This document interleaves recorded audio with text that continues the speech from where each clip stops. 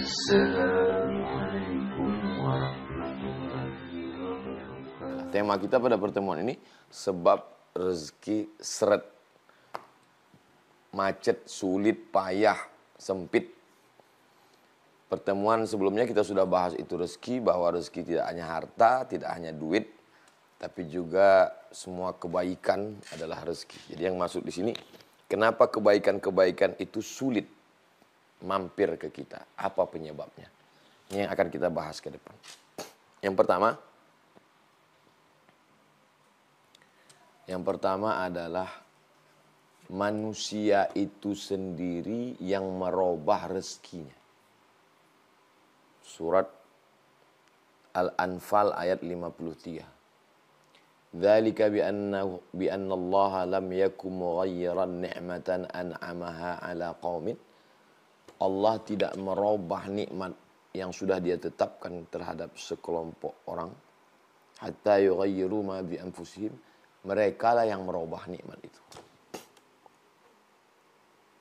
Sudah ditetapkan Allah untuk si hamba itu 300 ml. Ini untuk kamu 300. Tapi karena perbuatannya dirubah Allah. Kamu nggak layak dapat 300. Kamu cuma dapat 100. Dicabut Allah. Kenapa? Karena perbuatan manusia. Dzalika bi anna Allah lam yakum mughayyiran ni'matan an'amaha 'ala qaumin hatta yughayyiru ma bi anfusihim. Mereka sendiri yang merubah nikmat Allah Subhanahu wa taala. Jadi jangan katakan Allah kejam, Allah tega. Ya kita sendiri yang membuat nikmat Allah itu menjadi berubah berkurang. Karena perbuatan kita tidak sesuai dengan perintah Allah Subhanahu wa taala. Sama seperti dosen ngomong gini. Insya Allah lokal ini nggak ada yang nilai B. Insya Allah lokal ini nggak ada nilai C. Saya janji nggak ada C. Dengan syarat datang sebelum saya duduk tepat waktu. Makalah setiap presentasi siap. Nggak ada alasan mesin fotokopi rusak. Tiba-tiba file kena virus. Tiba-tiba mati lampu fotokopi. Ada aja alasan. Kalau terjadi seperti ini awas. Tiba-tiba pas keluar nilai C. Terus komplain mahasiswa. Dulu Bapak pertemuan pertama katanya nggak ada yang nilai C, AB, A plus, A minus, B. Sekarang kok ada yang C? Coba kamu pikir lagi. Siapa yang membuat nilai ini C? Ya Bapak. Iya, memang Bapak yang ngasih nilai C. Tapi kenapa nilai itu jadi C? Datang lambat. Presentasi disuruh buat PowerPoint, nggak ada. Diminta makalah, nggak ada. Katanya sibuk, organisasi, rapat, unjuk rasa. Jadi, lam yakum mughayyiran ni'matan an'amaha 'ala qaumin. Allah tidak merubah.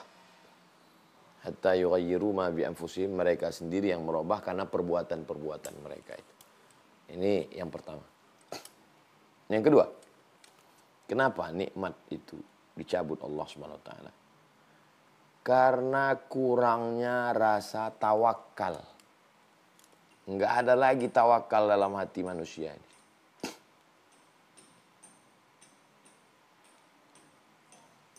Ambil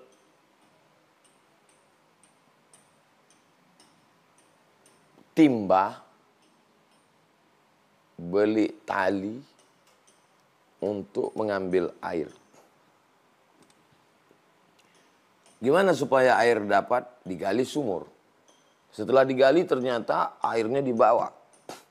Kalau begitu mesti diambil pakai timba. Timbanya nggak sampai, mesti pakai tali. Itu namanya ikhtiar. Tapi jangan lupa, kalau tidak ada tawakal, galinya sudah, timbanya sudah, talinya sudah, tawakalnya nggak ada, kering itu sumur. Tapi kalau sudah digali, dibeli timba, dibeli tali, tetap juga masih susah ngambilnya karena nggak bertenaga.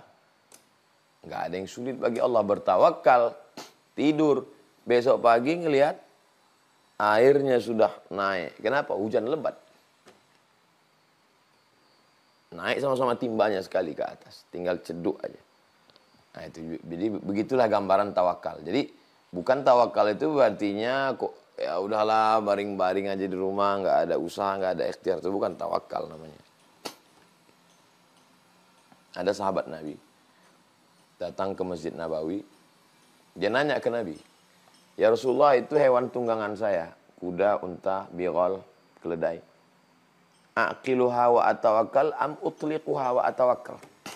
Saya ikat dulu ke tiang korma, lalu saya bertawakal, atau saya lepaskan aja, saya tawakal. Sebetulnya pertanyaan ini enggak perlu ditanyakan ke Nabi. Tapi orang ini mau tahu gimana cara berpikir dalam Islam tentang tawakal ini. Apakah tawakal itu tanpa ikhtiar? Atau tawakal setelah ikhtiar? Nah itu sebenarnya pertanyaannya. Lalu apa jawab Nabi? Iqilha wa tawakkal. Ikatkan dulu, setelah itu baru tawakal. Inilah dalil Ahlus Sunnah wal Jamaah. Berusaha, berikhtiar, al-kasbu, menggerakkan semua potensi yang ada dalam diri, setelah itu baru serahkan pada Allah. Wa ufawwidu amri ilallah, saya bertawakal kepada Allah. Kalau betul-betul tawakal gimana? Lau tawakkaltum 'alallah haqqa tawakkuli. Kalau kamu benar-benar bertawakal kepada Allah sebenar-benar hakikat tawakal, la razaqakum kama ruziqat tayr. Kamu akan diberi rezeki seperti seekor burung dapat rezeki. Bagaimana seekor burung dapat rezeki? Taghdu khimasan. Waktu terbang dari sarangnya perutnya kosong. Wa taruhu witanan. Pulang ke sarang perut dalam keadaan penuh. Coba perhatikan acara flora dan fauna. Dulu di TVRI ada.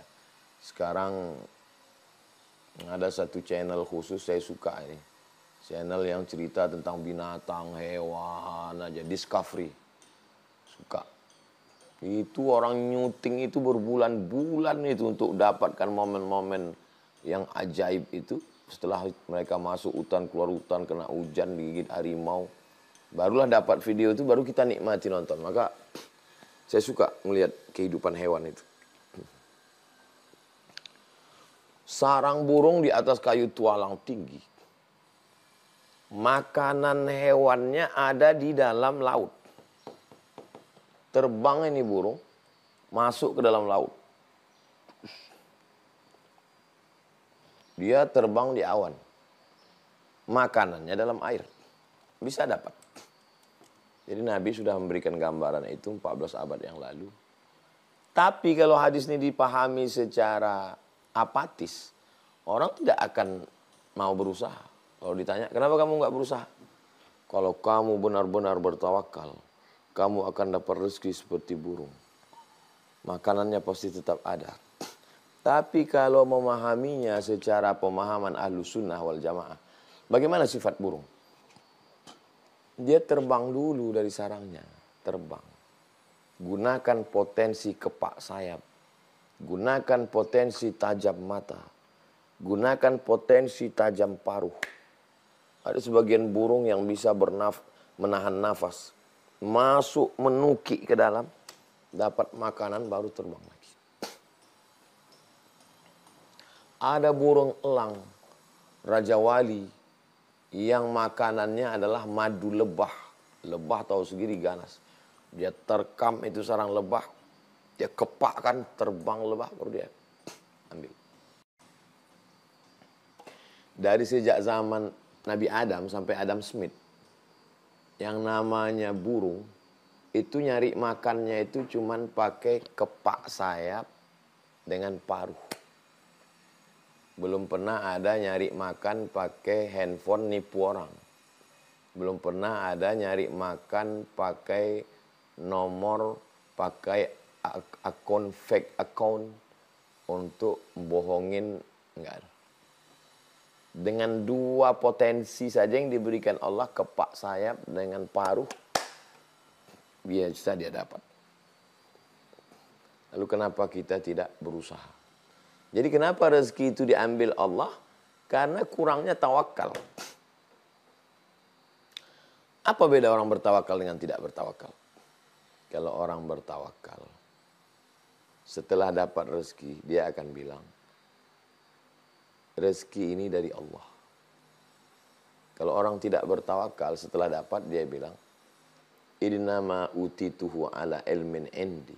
Seperti ucapan Qarun, saya dapat ini kan karena otak saya, karena manajemen saya, karena kemampuan saya. Innama utituhu ala ilmin indi. Egonya besar.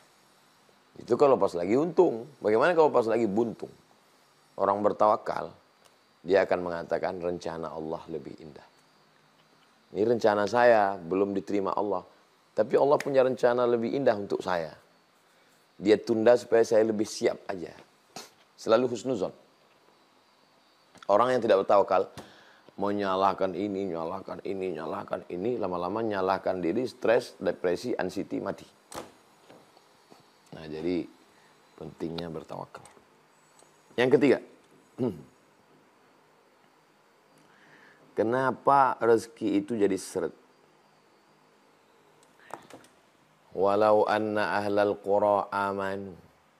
Seandainya penduduk negeri itu amanu, beriman. Walau anna ahlal qura dari kata qaryah, kampung. Seandainya penduduk kampung ini amanu, beriman. Wattaqau, bertakwa. Allah cuma minta dua, enggak banyak. Amanu, beriman, wattaqau, bertakwa. Allah balas dua. La fatahna alaihim barakatin, barokah, barokah, barokah. Minas sama, dari langit, wal ard, dari bumi. Walakin kadzabu, tapi ketika mereka mendustakan ayat-ayat kami, mereka bohong, mereka dusta, mereka enggak sholat, mereka enggak bertauhid, mereka syirik, mereka musyrik, mereka munafik, mereka minum khamar, mereka berzina. Akhaznahum, kami cabut nikmat itu. Jadi di antara menyebabkan seretnya itu adalah maksiat. Maksiat inilah yang menyebabkan dia tidak mau. Rezeki itu datangnya dari mana? Dari Allah. Makanya masalah rezeki ini kuncinya, kunci satu-satunya kunci masalah rezeki ini adalah tauhid. Tauhid. Kalau orang bertauhid, pas lagi melambung tidak sombong, pas lagi jatuh tidak murung. Kenapa? Karena dasarnya tauhid. Ini dari Allah semua. Ini punya siapa, Pak? Ini titipan dari Allah. Ini rumah, ini titipan dari Allah. Ini mobil, ini dari Allah. Kalau gitu disedekahkan ya, Pak? Ya,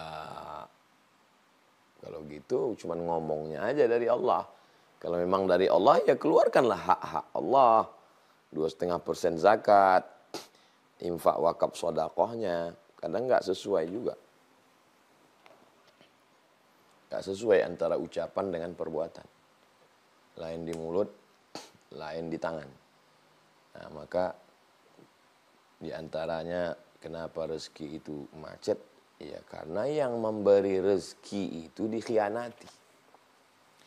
Ketika Nabi Ibrahim alaihissalam naik ke atas kudanya mau kembali dari kota Makkah ke Palestina. Yang tinggal di kota Makkah ini adalah anaknya yang masih bayi namanya Ismail, dijaga oleh ibunya bernama Hajar. Lalu kemudian Hajar memegang ujung jubah Ibrahim. Lalu Hajar bertanya, Allahu amaraka bihadza? Apakah Allah yang menyuruh engkau meninggalkan kami di sini di tanah bukit panas kering kerontang nggak ada apa-apa ini? Allah yang nyuruh. Nabi Ibrahim menjawab dengan satu kata. Nabi Ibrahim nggak ada mengatakan sabar ya ini perintah Allah, nggak. Dia cuma mengatakan na'am. Ya. Terus apa kata Hajar? Idzan lan yudayyi'ana. 4 kata. Idzan, jadi kalau begitu. Lan, tidak akan. Yudayyi'ana. Dia tidak akan menyia-nyiakan kami.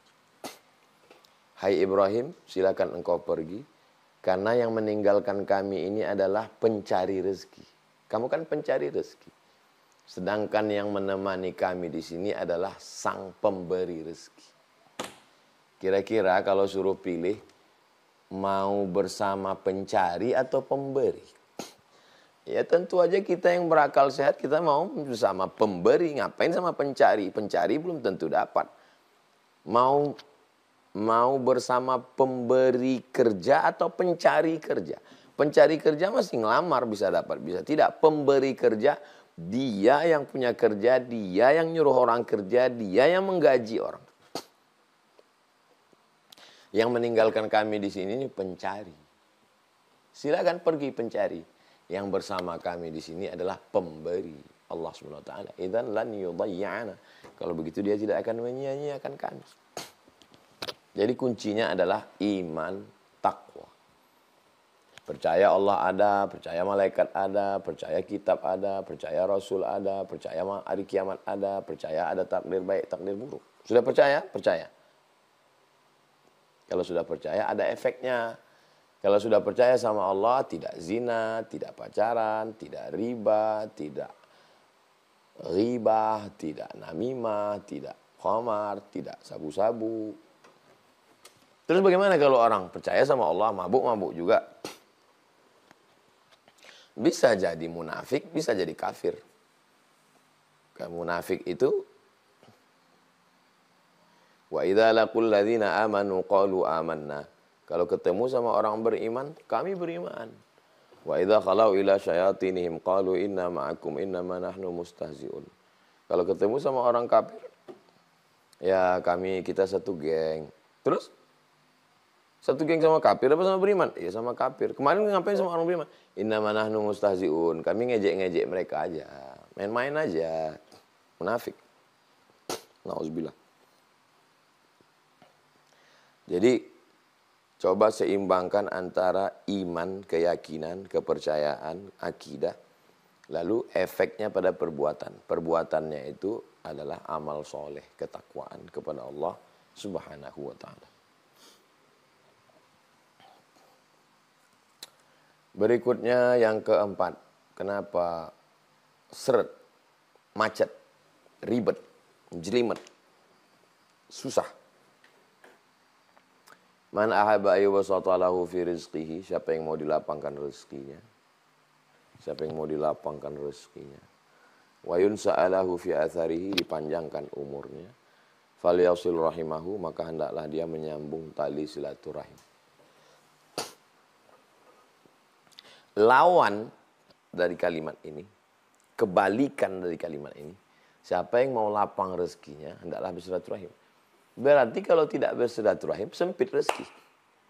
Kalau mau lapang, silaturahim. Kalau rezeki mau lapang, silaturahim. Kalau putus silaturahim, rezeki sempit. Kalau mau lapang, rapatkan silaturahim. Nah, jadi kalau mau lapang rezeki, rapatkan silaturahim. Kalau bisa makan jangan sendiri. Makan pagi, makan lontong di sini, makan lupis, duduk sama kawan-kawan, silaturahim. Ada nanti tuh, mungkin bapak, ibu, abang, kakak, adik merasakan itu. Ada nikmatnya itu kalau udah faktor umur juga. Kalau setelah saya seumur-umur begini, setelah lewat 45, 46, 47 itu. Nikmatnya itu justru kalau kumpul sama kawan-kawan. Nah, yang dulu kita menganggap itu sesuatu yang aneh. Kita menganggap sesuatu yang aneh ngelihat ada orang, ada sahabat sekaligus keluarga saya. Datang naik mobil 24 jam jalan darat. Jalan darat datang hanya untuk duduk ngobrol, bakar ikan, pakai kecap, sambal, ketawa-ketawa, makan, foto-foto, pulang. Ini saya waktu itu aneh, apa ini? Ada acara apa bang? Ya enggak ada. Datang aja. Terus Ya kita makan ikan, ketawa-ketawa, habis itu pulang. Dalam hati saya, aneh kayak nggak ada kerjaan aja. Sekarang baru saya paham. Ternyata di umur-umur segini, 45, 46, 50, itu memang enaknya ngobrol. Bertukar cerita, tukar pikiran, silaturahim. Terus yang diobrolin kalau ketika sedang ngumpul itu apa? Jadi manusia ini terbagi pada 3 level. Level VVIP, level VIP, level kelas ekonomi paling bawah. Orang yang paling atas, paling tinggi, kalau dia ngumpul, kongko-kongko, itu yang diobrolin, yang dibicarakan itu adalah ide-ide. Ide-ide ke depan. Jadi kalau saya duduk sama Ustadz Salim Afidlah, beliau tuh ngobrol cerita gimana supaya dakwah ini sampai ke Merapi Merbabu, gimana cara buat pondok gratis, gimana cara menangani dakwah di pedalaman, binaan sekian puluh dusun.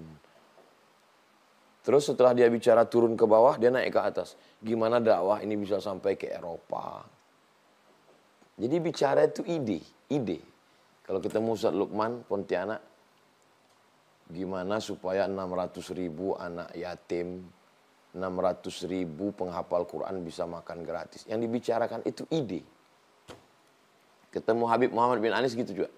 Gimana supaya Arema, gimana supaya pemain basket ini bisa ngaji. Jadi yang dibicarakan itu ide. Orang langit itu ngomongnya ide. Nah, orang yang level pertengahan itu selalu membicarakan peristiwa. Tadi ada kereta api tabrakan. Tadi di tol ada kecelakaan. Tadi saya di jalan ada macet. Jadi agak ke bawah. Nauzubillah lagi. Yang paling bawah ini level paling bawah. Level ekonomi itu kalau ketemu yang diobrolin itu bukan ide, bukan peristiwa, tapi yang diobrol itu orang. Si Anu gini loh, si Anu gini loh, si Anu gini loh, si Anu gini loh. Setelah habis pembahasan, baru lebih detail lagi. Si Anu itu anaknya begini loh, mantunya gini loh, ini loh, detail. Ingat, kalau ketemu sama orang level yang kelas 3 tadi, dia ajak kamu ngobrolin orang. Ketika kamu nggak ada, kamulah yang akan menjadi bahasan obrolan dia. Memang ketika kita ada, dia ngajak kita ngobrolin orang lain. Tapi ketika kita tidak ada, kitalah yang akan menjadi objek pembicaraan. Jadi jangan juga maksud saya ini, jangan juga ini menjadi pembenaran untuk. Tadi acaranya apa? Ini silaturahim kita supaya rezeki kita nggak seret. Padahal isinya cuman apa yang diobrolin. Mau ngobrolin ide-ide, mau ngobrolin peristiwa, atau ngobrolin orang. Kalau ngobrolin orang, say goodbye. Mohon maaf ya, saya kebetulan ada janji. Kalau perlu suruh istri nelpon. Aduh, istri nelpon suruh pulang. Sebentar ya, pulang dulu. Alah nggak jantan, di luar macan, di rumah kucing. Terserahlah mau kucing, mau Hello Kitty, yang penting pulang dulu. Yang terakhir, yang kelima. Kenapa rezeki itu seret? Qillatus sa'i. Kurang usaha, kurang ikhtiar. Coba perhatikan doa keluar masjid dengan doa masuk masjid. Doa masuk masjid, Allahumma ftahli abwaaba rahmatik. Bukakan aku pintu rahmat. Bukakan aku pintu rahmat. Kenapa waktu doa masuk masjid minta buka pintu rahmat? Karena malaikat yang ada di dalam masjid mendoakan, Allahumma maghfirlahu warhamhu, Allahumma maghfirlahu warhamhu, Allahumma maghfirlahu warhamhu, ampuni dia, rahmati dia, ampuni dia, rahmati dia. Maka rahmati aku. Kenapa pas keluar masjid doanya minta doa pas keluar masjid? Coba tengok. Bagus di beberapa pintu masjid dibuat tulisan. Allahumma inni as'aluka min fadlik. Beri aku rezeki. Beri aku rezeki. Beri aku rezeki. Kenapa doa keluar masjid minta rezeki? Karena surat Al-Jumu'ah. Idza qudiyatis shalah. Kalau salat sudah dilaksanakan, fantashiru fil ard. Bertebaranlah di atas muka bumi. Wabtaghu min fadlillah. Carilah karunia Allah Subhanahu wa taala. Tanam padi, tanam gandum, tanam cabai, tanam tomat, tanam wortel, tanam kentang. Ihyaul mawat namanya, menghidupkan tanah mati. Orang yang menghidupkan tanah mati tanpa ada pemiliknya, maka dia menjadi pemiliknya dalam Islam. Saya tidak punya bakat bercocok tanam, Pak Ustadz, berdagang, berniaga, jual kebutuhan pokok sehari-hari, jual beras, jual gandum, jual minyak, jual roti, jual susu, jual kacang, jual keperluan manusia, kebanyakan jual buku dan segala macam.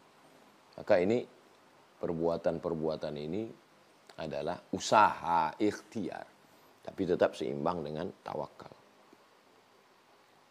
Jadi dalam Islam ini kita disuruh berusaha. Makanya ada namanya fikih muamalat. Ada fikih ibadah, sholat, zakat, puasa, haji. Ada fikih muamalat. Bagaimana hubungan transaksi kita pinjam meminjam, namanya dain. Gadai menggadai, namanya rahan. Bagi hasil namanya mudharabah. Permodalan namanya murabahah. Nah, ini ikhtiar. Mau maaf Pak Haji kelihatannya uangnya banyak ini, tapi tidak punya tenaga, kemampuan juga kurang. Iya betul, saya alhamdulillah tenaga ada, mampu, cuman uang nggak ada Pak Haji. Oh kalau gitu kita kolaborasi, kolaps. Oke, saya ngelola ya, berapa kita bagi hasil? Bagi hasilnya, gimana kalau 50-50? Oh kalau 50-50 nggak bisa. Kalau bisa ya saya 60 kata Pak Haji. Kamu anak muda yang melaksanakan 40. Oke, deal. Nah, nanti begitu dapat untung 1 miliar, Pak Haji dapat 600. Dia yang punya tanah. Jadi ini ikhtiar. Bedanya dulu, tokoh-tokoh agama dulu itu, dia hanya di saumah, tempel. Dibangun satu tempat, nggak keluar, makanannya diantar, minumannya diantar, pakaiannya diantar, pakaian kotor dicucikan, nggak keluar-keluar, beribadah aja. Ketika Islam datang nggak ada, yang begini-gini nggak ada dalam Islam. Coba sebutkan sahabat Nabi yang beribadah aja nggak cari makan, nggak ada. Makanya Nabi itu inspeksi masuk ke pasar. Nabi masuk ke pasar, memasukkan tangannya ke dalam jualan barang dagangan. Ini kok ada gandum yang basah ditutupi dengan gandum kering. Nabi marah, man ghasyana falaysa minna. Pada masa pemerintahan Umar bin Khattab, diangkat wilayah Hisbah Satpol PP, polisi pasar untuk memeriksa. Siapa yang belum belajar fikih muamalat, fikih jual beli, nggak boleh masuk pasar. Karena nanti akan terjadi percekcokan, yang satu ngerti, yang satu nggak paham. Ayat Quran cerita tentang sukatan, takaran, belum pakai timbangan, pakai sukatan, disukat, ditakar. Wailul lil mutaffifin, celaka orang yang curang dalam timbangan. Alladzina idza qtalu 'alan nasi yastawfun, kalau dia jadi pembeli dia maunya penuh, jujur. Wa idza kaluhum aw wazanuhum yukhsirun, tapi kalau dia yang nimbang dia orangnya curang. Apa ini? Ya ini usaha. Karena kalau tidak ada usaha, disitulah letak amal, disitulah letak ibadah. Jadi ibadah dalam Islam bukan cuma baca Quran, zikir, sholat sunat, istighfar. Tapi juga berusaha, cari rezeki yang halal, itu juga adalah ibadah. Tapi jangan karena sibuk dagang, lantas tidak ibadah madho, nggak sholat, nggak puasa. Pas ditanya, kenapa kamu nggak sholat? Sholat juga ibadah, jaga toko ini juga ibadah. Ini nggak benar. Tetap jaga toko. Pas masuk azan, ya suaminya sholat, istrinya jaga dulu. Istri perempuan kan nggak wajib sholat berjamaah ke masjid. Nanti setelah suaminya pulang, istrinya sholat. Begitulah Islam. At-tajir pedagang, as-saduq yang jujur, al-amin amanah, ma'an nabiyyin. Kalau dia mati dia akan bersama dengan para nabi was-siddiqin, orang yang benar, was-syuhada, mati syahid, was-salihin, dan orang-orang yang soleh. Mudah-mudahan kita termasuk orang yang dilapangkan Allah rezekinya karena sudah mengamalkan tuntunan dari Allah, dari Rasulullah SAW.